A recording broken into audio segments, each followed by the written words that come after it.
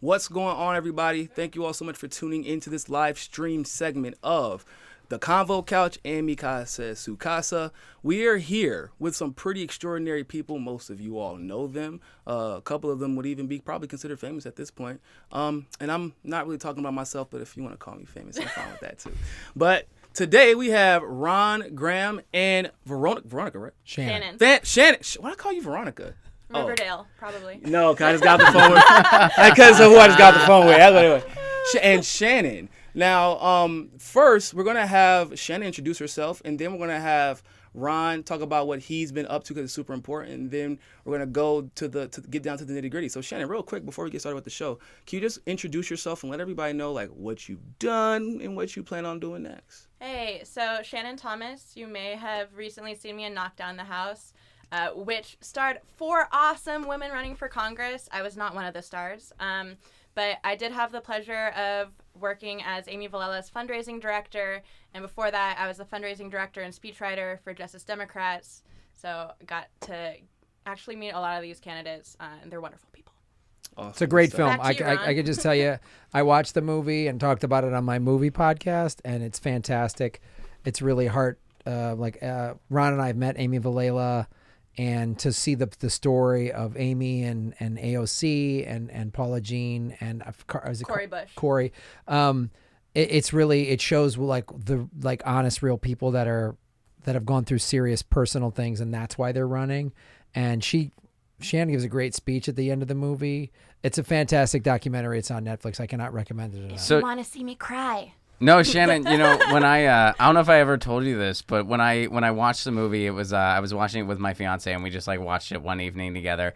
And at your speech, she was just bawling. Like she was like, "That's so powerful," and that's so. And then I was like, "She's gonna be at the show on Thursday." Yeah, Ron's She was like, funny. "Really?" I was like, "Yeah." So what do you have coming next? I know that was a long, arduous process. I know it's weird because I feel like a lot of these times, even if you quote unquote lose the election, which would be like the establishment's definition of winning, a lot of great things come about because of it. Seriously. So what do you have coming next? Well, so Amy and I are actually working on a book about her life story, Shalene's life story, and her death in the healthcare system, and also kind of behind the scenes of the progressive movement.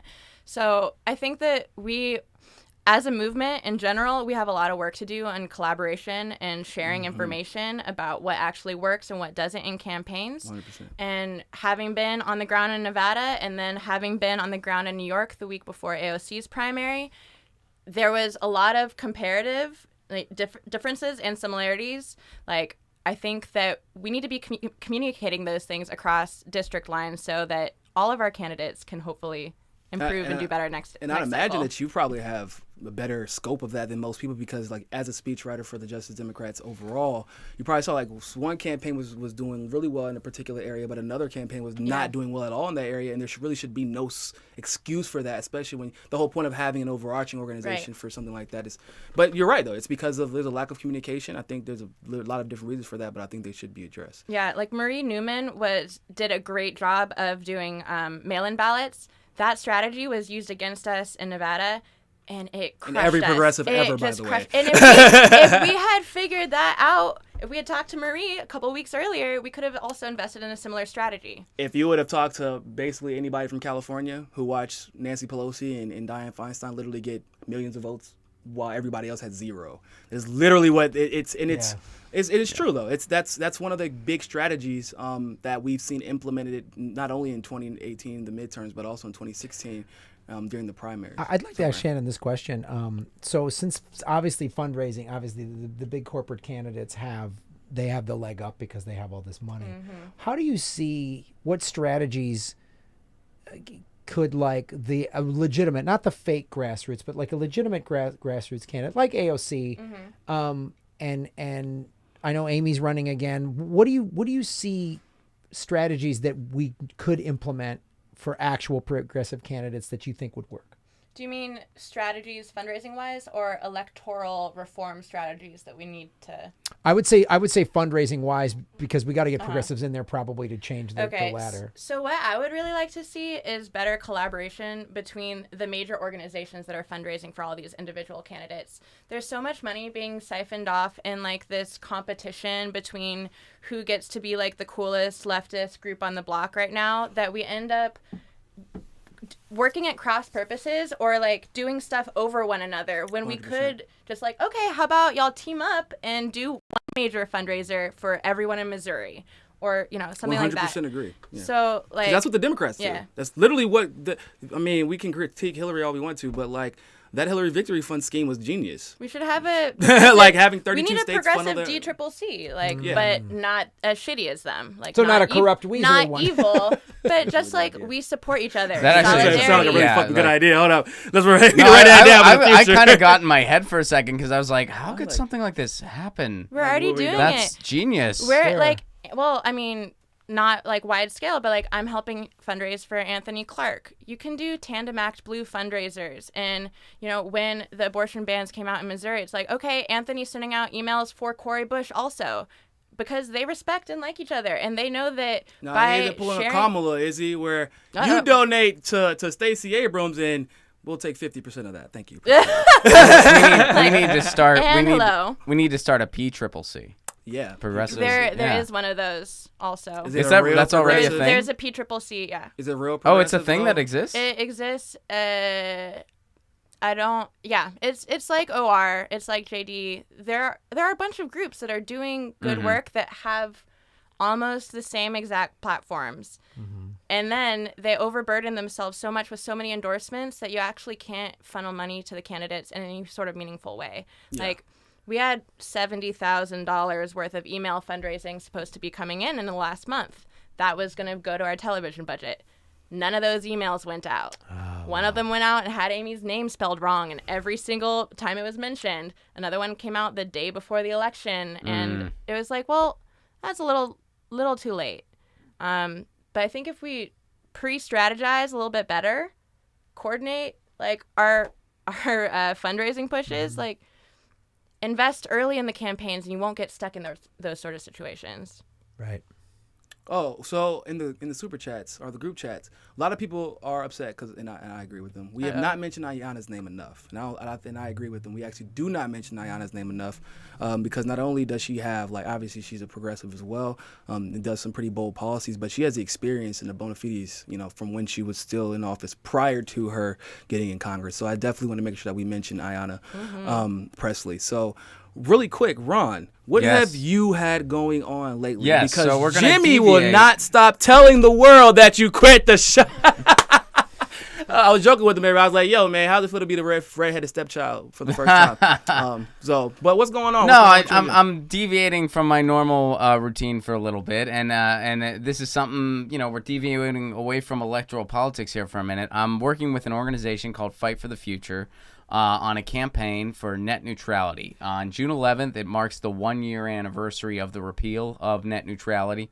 So we're having an all-day live stream to kind of tell Congress and the Senate, hey, we want our internet, we want our net neutrality back. We've been fighting it for the past year. We've been battling it out in the courts. We've been trying to get state bills passed. Fight for the Future has been very instrumental in those battles, as have Free Press and other organizations. So we're having an all-day live stream on June 11th.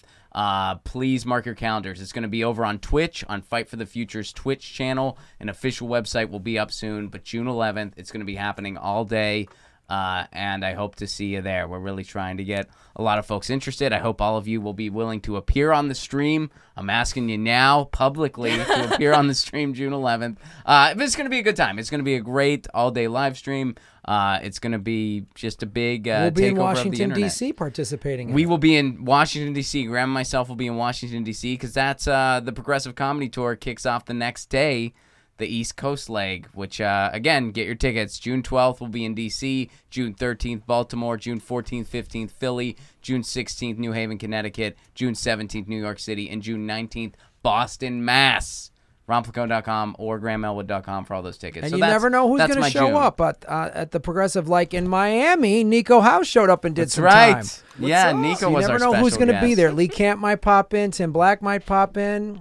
Show up. These are facts. So, real funny story, real quick. The other day, if you don't think net neutrality is a big deal, and I don't think that people have really noticed some of the things that have been happening, my brother found out how real net neutrality was the other day when he was trying to watch an NBA playoff game. He was like, "Hey, can I get your ESPN password?" I was like, "Wow, I thought you had ESPN." He's like, "No, I only have TNT." And I was like, "Well, why don't you have ESPN?" He's like, "Bro, I don't even know." I was like, "Hold on, let me see if I have TNT." It's like, "Hold up, I don't have TNT." He was like, "What the hell's going on?" I was like, "Oh yeah, this is net neutrality. Remember I was telling you how important that was like a year ago?" And you were like, "Well, I have no idea what that is. I don't think it's going to really affect me." Yeah, it's affecting everybody, and it's about to get a lot worse. Wait until the day they split up Nickelodeon and Cartoon Network and your kids are demanding that you have both. Well, that's the thing. They can realistically do that with the internet in a post-net neutrality world. They Yeah. can break it up where it's like, oh, the social package is $30 extra a month. That includes your Twitter and your Facebook. CNN comes with your basic package, but independent media like this certainly does not. Oh, and by the way, these videos won't load because, independent outlets like this and others, we can't afford to pay the fees that they would charge content creators. So, I actually have, there's a lot at stake now. And a lot of with Comcast or Xfinity at least, you actually have to buy the news package separately, which is like, I'm like, hold on, what? That doesn't make any sense. But that's just the way it is now, especially because basically when they find out there's something that's popular, to make a quick buck off of it, they can charge you an extra $15 to $20 a month. Yeah, if we designate the internet as an information service, they're just going to gut it like they did with TV and radio. The same thing will happen, and it is possible. So June 11th, mark your calendars. Join us on Twitch. Just tuning in helps. You can ask questions. You can join the stream, and it's going to be awesome. And Fight for the Future for more information there, and twitch.tv/Fight for the Future. Dope stuff, dope stuff. So today, what we are going to be discussing, at least for the first segment, is going to be a clip with Candace Owens and Cornel West and Laura Ingraham. Oh yeah, so it's about to be hilarious. I mean, you can't really get any better than that. Like, I feel like Candace Owens is like the anti Cornel West at this point. So they were on Fox News because they were basically discussing whether or not Trump has actually done anything well for the black community. They also discussed one of the only good things that he's done. I actually discussed this when he first did it. It's called the First Step Act, where he is trying to implement some prison prison reform, private prison reform specifically.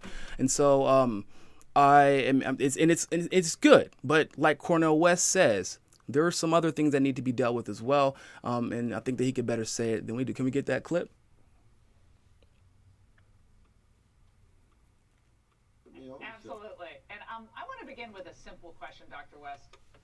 Are the president's policies, let's just focus now on his economic policies, are they helping the African American community in your view? I think that the statistics certainly look good through a narrow lens, so I give him credit in that regard. But we have to keep in mind that on the one hand, you still have grotesque wealth inequality, you have job insecurity, so many people who are working more than one job. We know many people who have withdrawn from the labor force are not counted at all.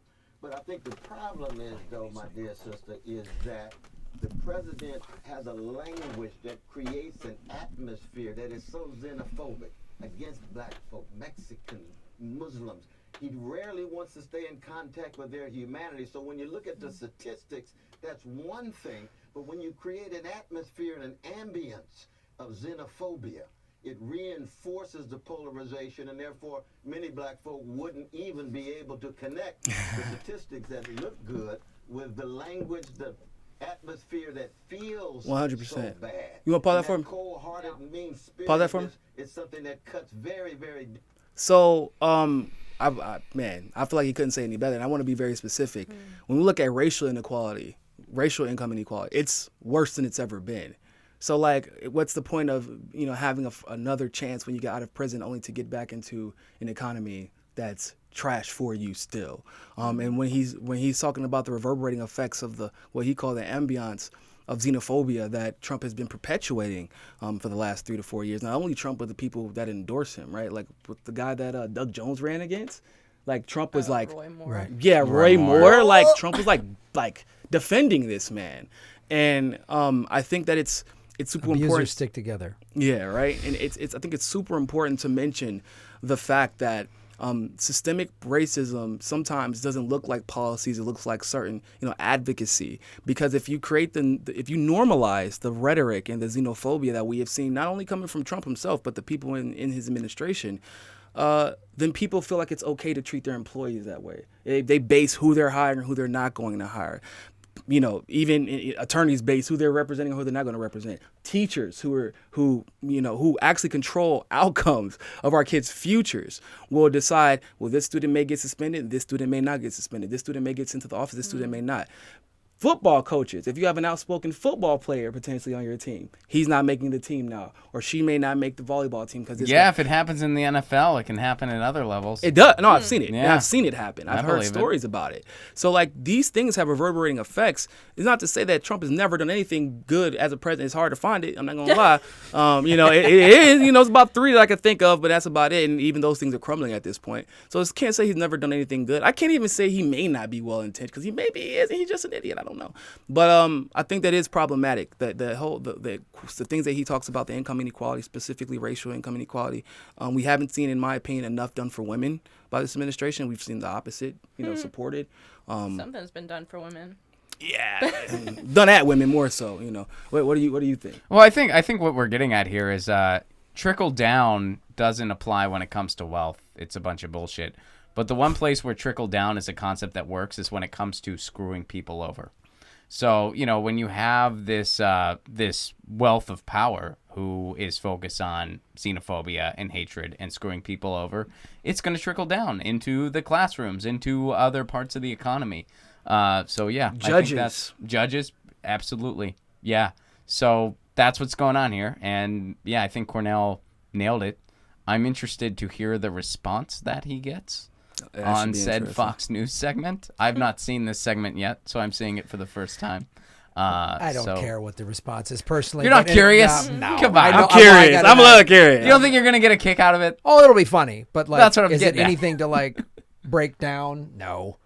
Anyway. It's going to be like Trump. Hey, Laura's bit was pretty nice to... She was pretty nice to Cornel West's segment for whatever reason. It's weird, but she was.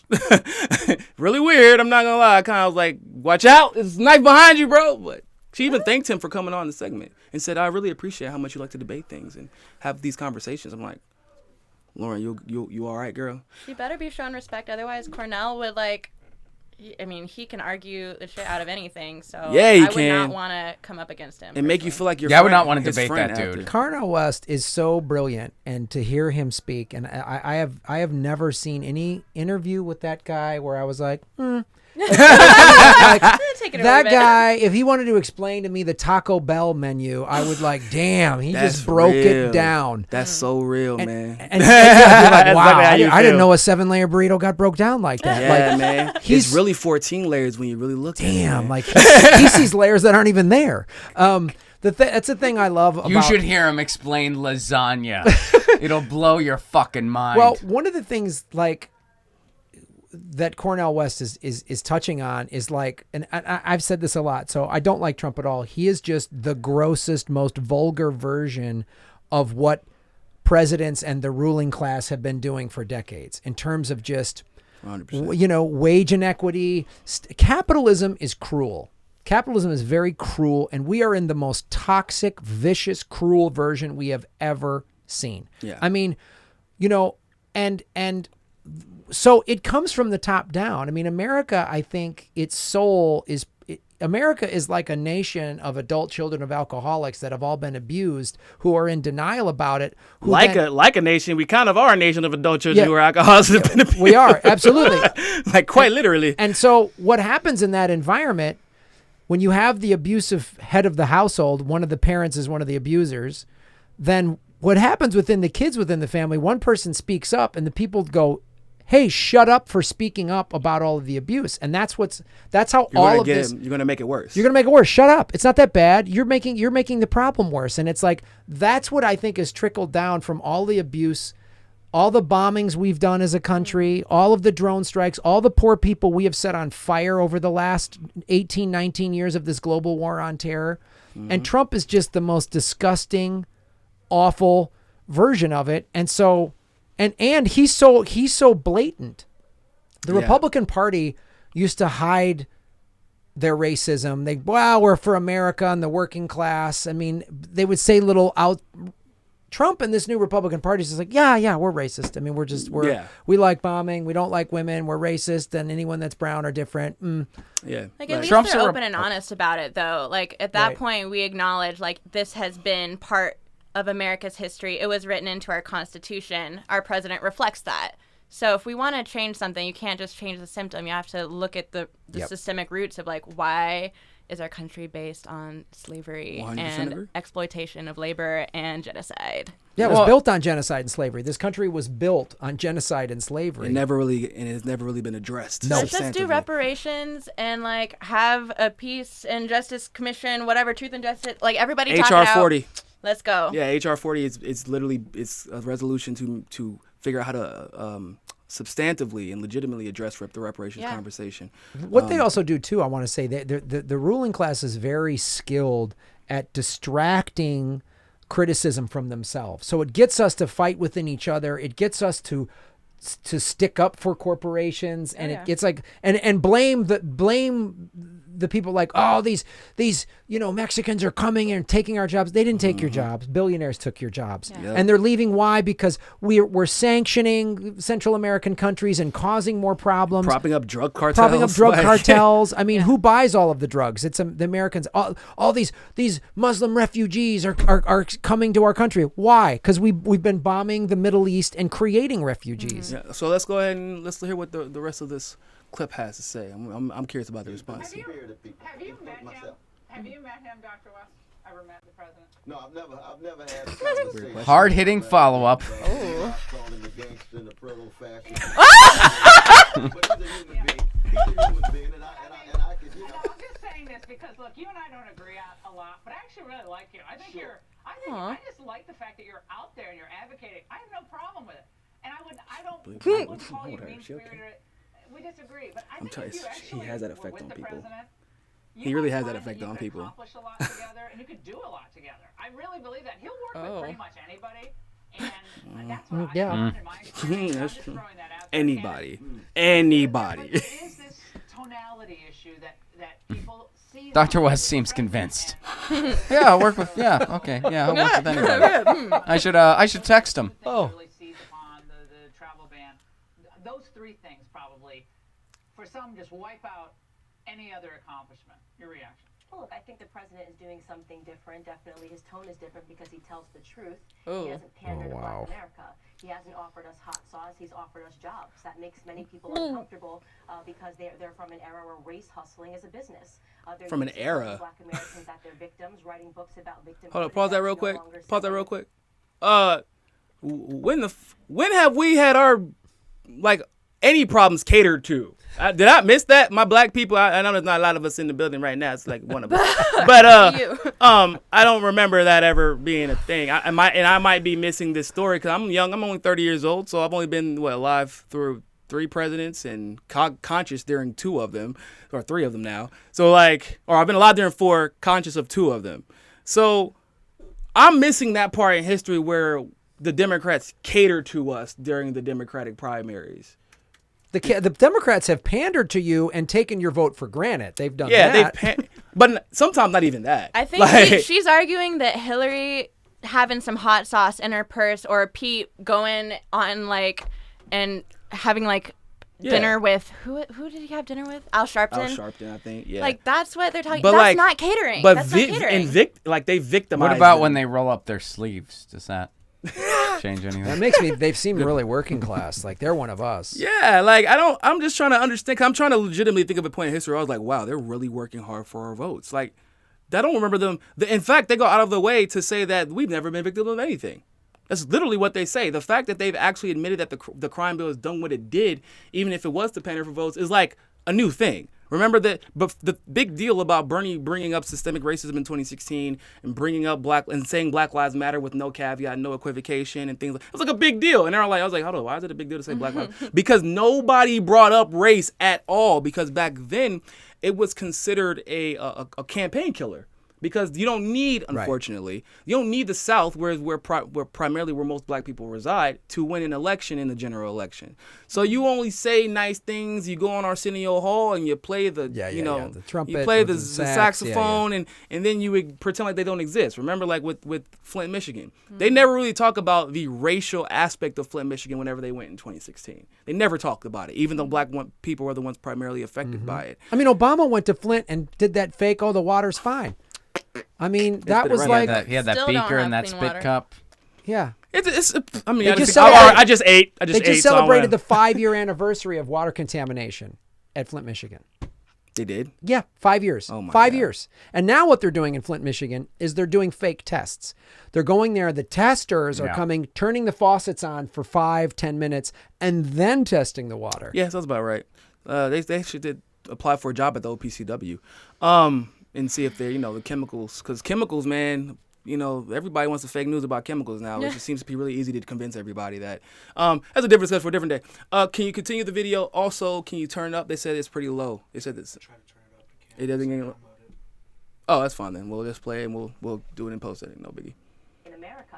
And I just wanted to comment back on saying that xenophobia is something that black Americans are afraid of. Xenophobia means that you have a fear, Mr. West, of foreigners. Black Americans are not foreigners in this country. We are a piece of the American No, dream. We've earned a piece of this American dream. Xenophobia is a fear of foreign things that are foreign to you. I don't think she actually understands what that definition. Oh God. I have a feeling Cornel West does too. I bet you he knows. I have a feeling he's like, yeah, no, I know how I used it. Listen, you Harvard professor. This is what xenophobia really means.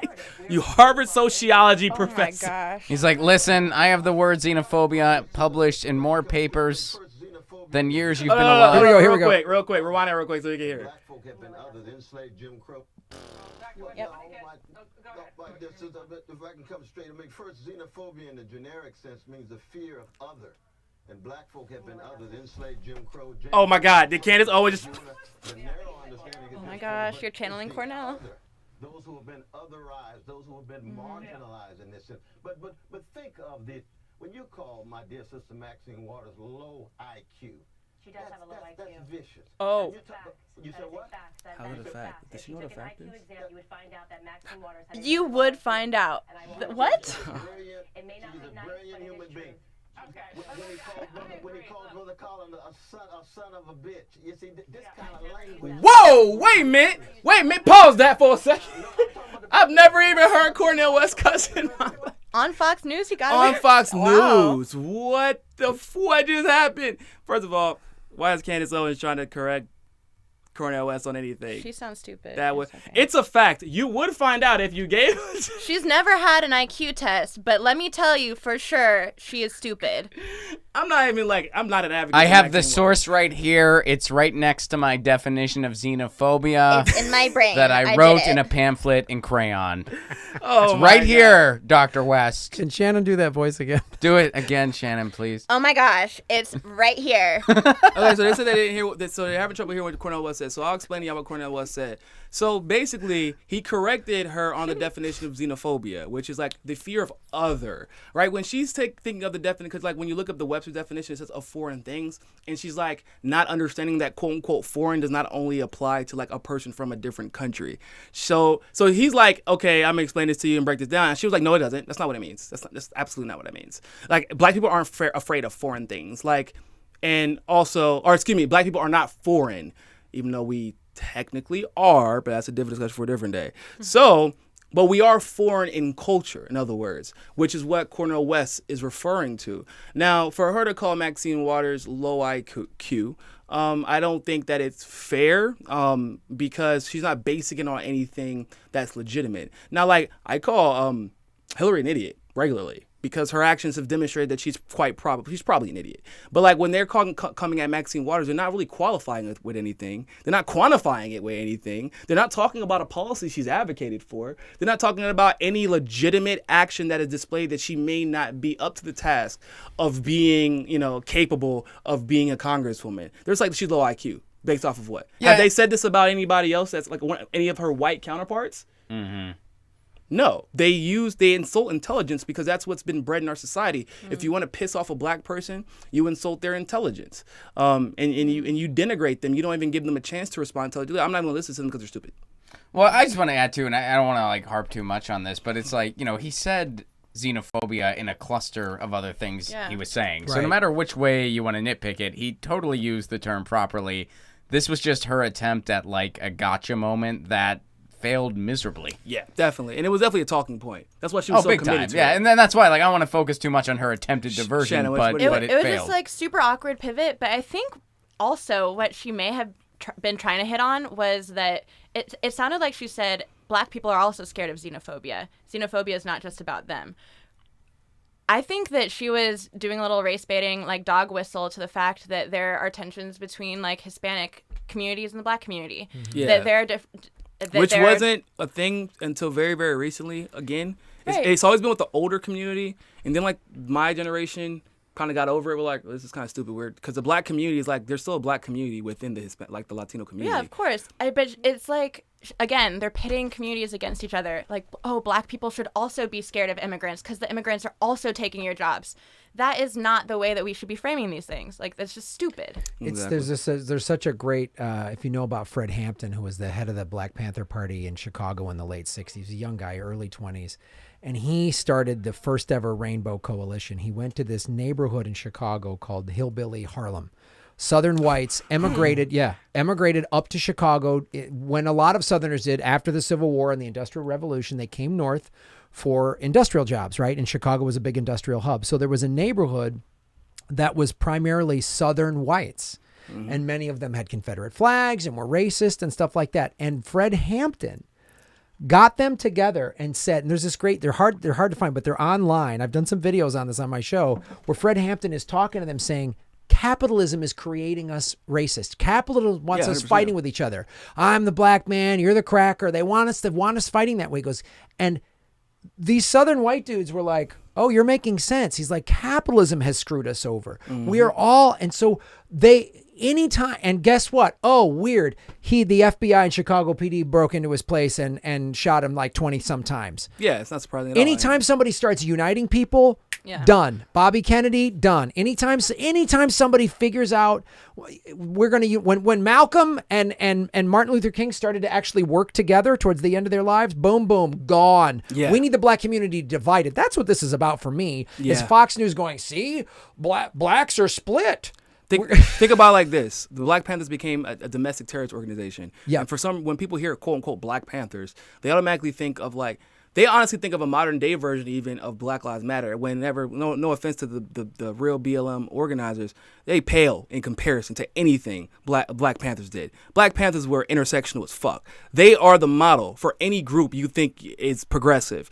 They had collectives, co-living, and they were advocating for their white allies as much as the white allies were advocating for black allies. They had like after school programs. They had after school program, medical program. Kids, I mean, good God. Like what Black Panthers were doing, for the people who loosely throw around the words comrade and communism, they think they're communists and anarch. No, Black Panthers were this. They were completely self-sufficient and self-sustaining, and they were unity above all else because they understood the reality of imperialism, the reality of capitalism. Financial empowerment they were all about, financial independence to get out of the chains of capitalism. Yep, yeah. And they were all about pro Second Amendment and things like that. They were only about self-defense. They were never offensive at all. And yet, once again, in our history books, we're taught Black Panthers were violent. And it was only black people and Black Panthers, and that was literally never the case. And that's why they have become so ostracized today by the media, by society. It's for the same reason that they whitewash MLK and pretend like he had no Malcolm X in him, and they demonize really Malcolm X and pretend like there was no MLK in him. Which isn't true. How come? Look, I grew up, in my high school in Chicago.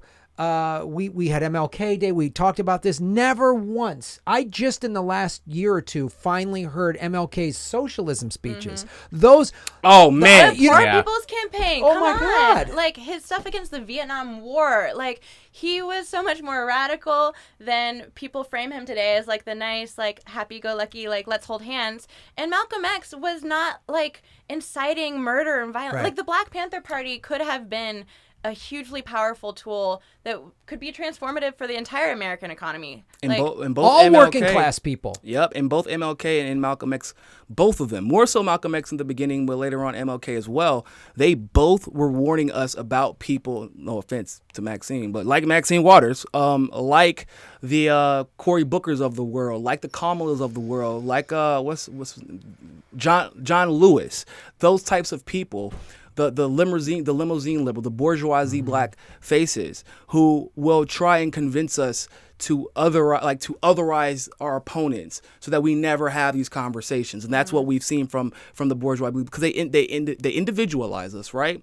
And they do this with other members. Like they do the same thing with the Latin community as well. They individualize us. They have us point the finger at somebody else, and then because of the historic systemic oppression of black people, we get so excited that we can finally provide generational security that we've never been able to provide before, that we get excited about these pennies, and it's literal pennies compared to what we could be if we had financial independence, what we could be if we worked with the Latin community and the Jewish community, and build up what we know we can build, because we've seen it historically done, like with Black Wall Street, like with Berkeley, like with Wilmington, and other places. And Malcolm and Martin both. That's a message that never really gets discussed in the school books either, is that they called out their own, just like progressives now, we're known for calling out the Democratic Party because they're claiming to have our values, but they really do not. Malcolm and not only those two, but those just Angela Davis and Huey P. Newton, all of them, they were all also known for making sure that we call out the bourgeoisie liberals who are trying to oppress us. You want to go ahead and go ahead? Well, I just wanted to mention something real quick, like since we're on the topic of the Black Panthers and what you're traditionally taught in school and what you're taught around society, and then what you find out later. I can speak my personal experience. I went to Indiana University, more diverse than a lot of people would expect, but not the most diverse place on the planet. Tupac Shakur's mom used to speak at colleges. This was after Tupac died, and she would lecture at colleges. And she came to Indiana University, and we were all so stoked, and it was such a cool event. And she just got up there, and somebody asked her a question, and I'm sure it was just coming from someone who just didn't know any better, but it was a very well, the Black Panthers, do you just hate white people and this and that? And she just goes, clearly you don't know what the Black Panthers are. You don't know what it is. So let me tell all of you something. And she just went on a lecture about what the Black Panthers are. And I learned a lot. There was a lot I wasn't aware of, and it was like one of those moments where you just get tousled a little more awake.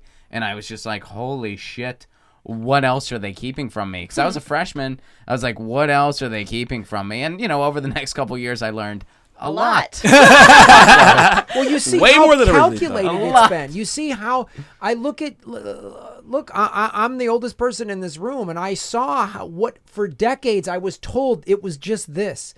I have a dream speech. Fantastic speech. Wonderful sentiment. Wasn't even his best speech. Wasn't his best speech. Not even close, even. Not actually. even close.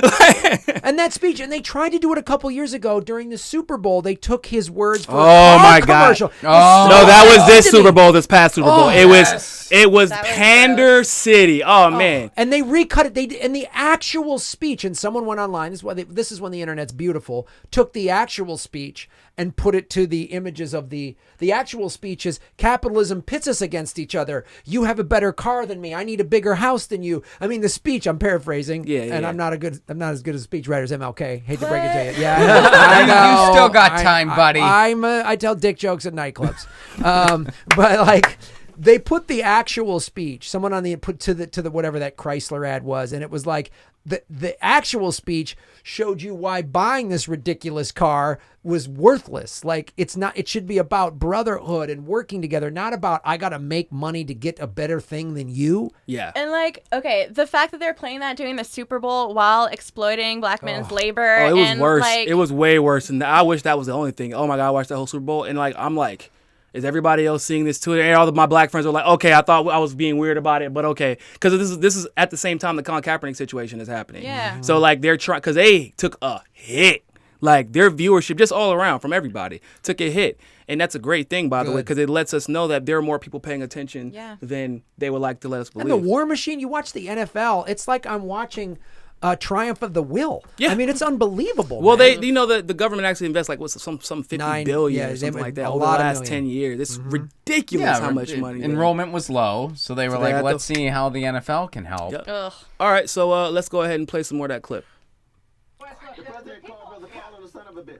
Okay, but what I think that's a fact. Yeah, I think the nasty language, it's on both sides. I mean, they call him a gangster, a traitor. I mean, so we can play that game all night long. But I do want to get this out.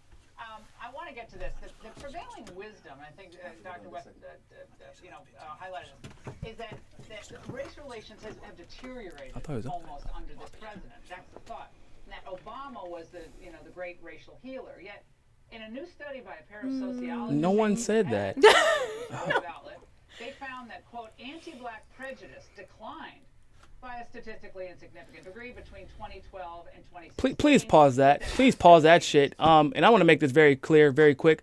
Obama never even mentioned the fact he was black the entire time he ran.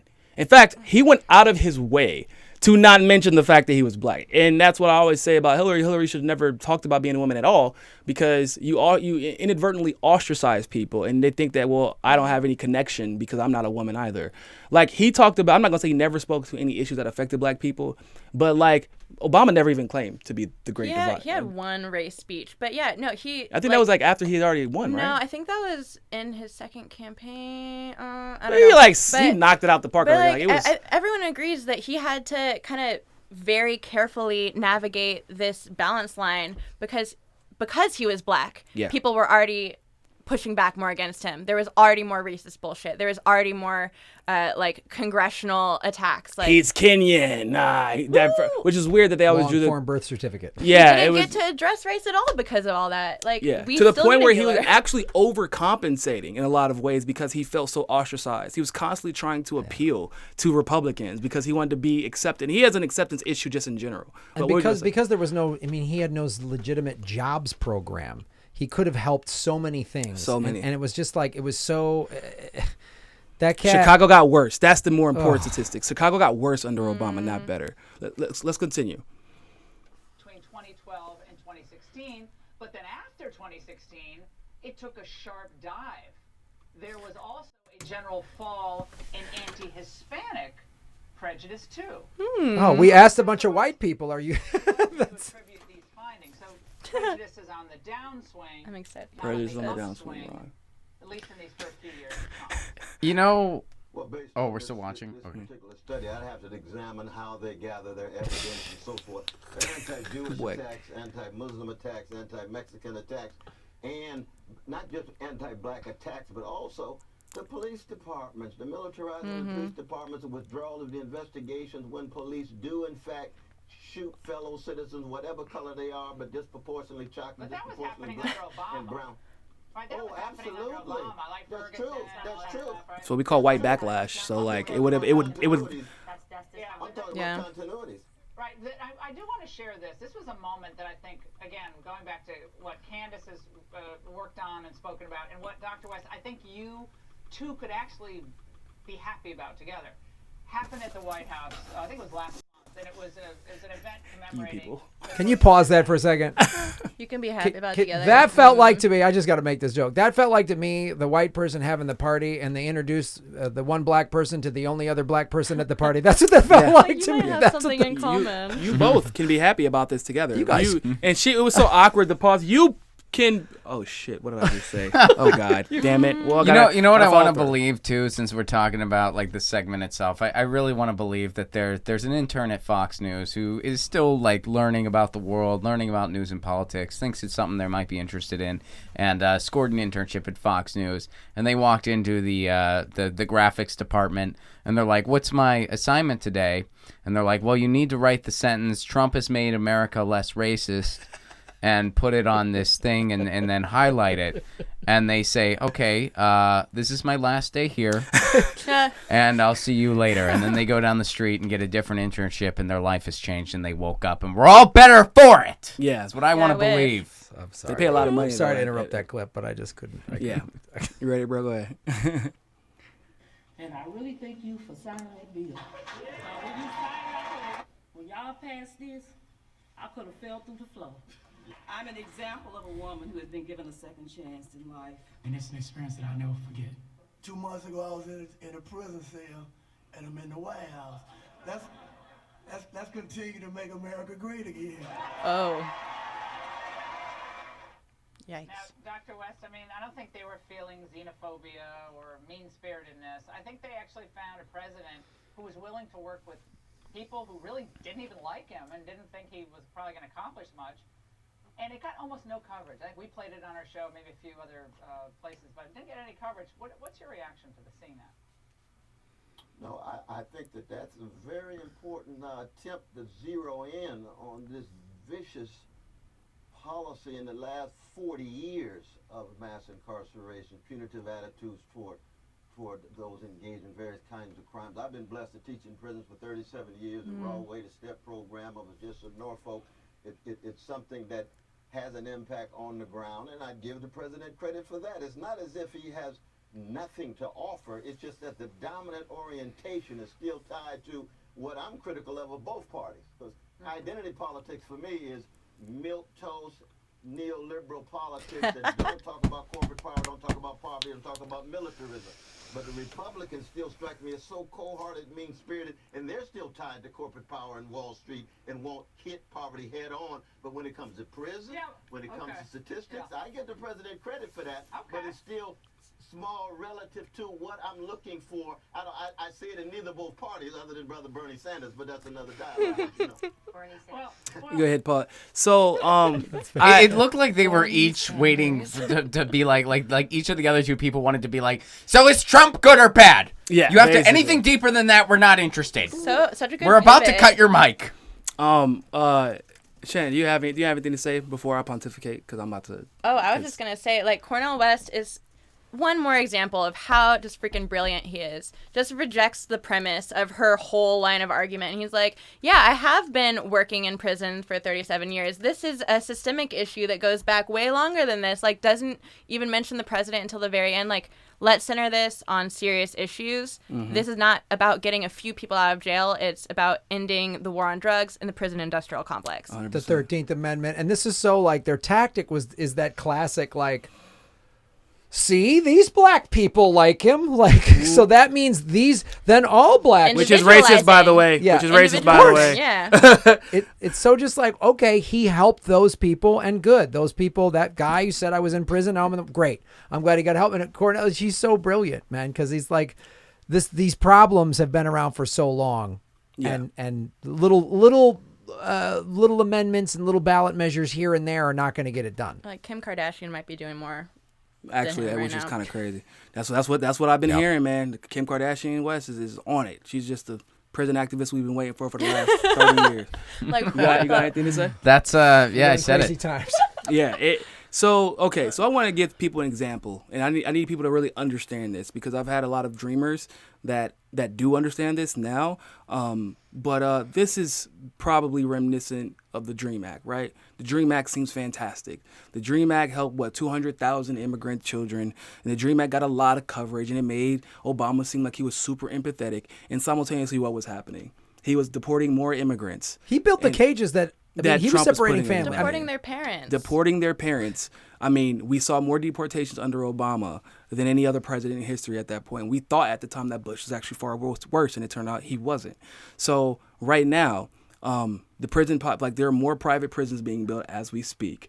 Trump actually, and I think it was actually AOC who called this out, and don't quote me on it. It was either her or Bernie was talking about the fact that Trump was like closely tied still to the private prison industry.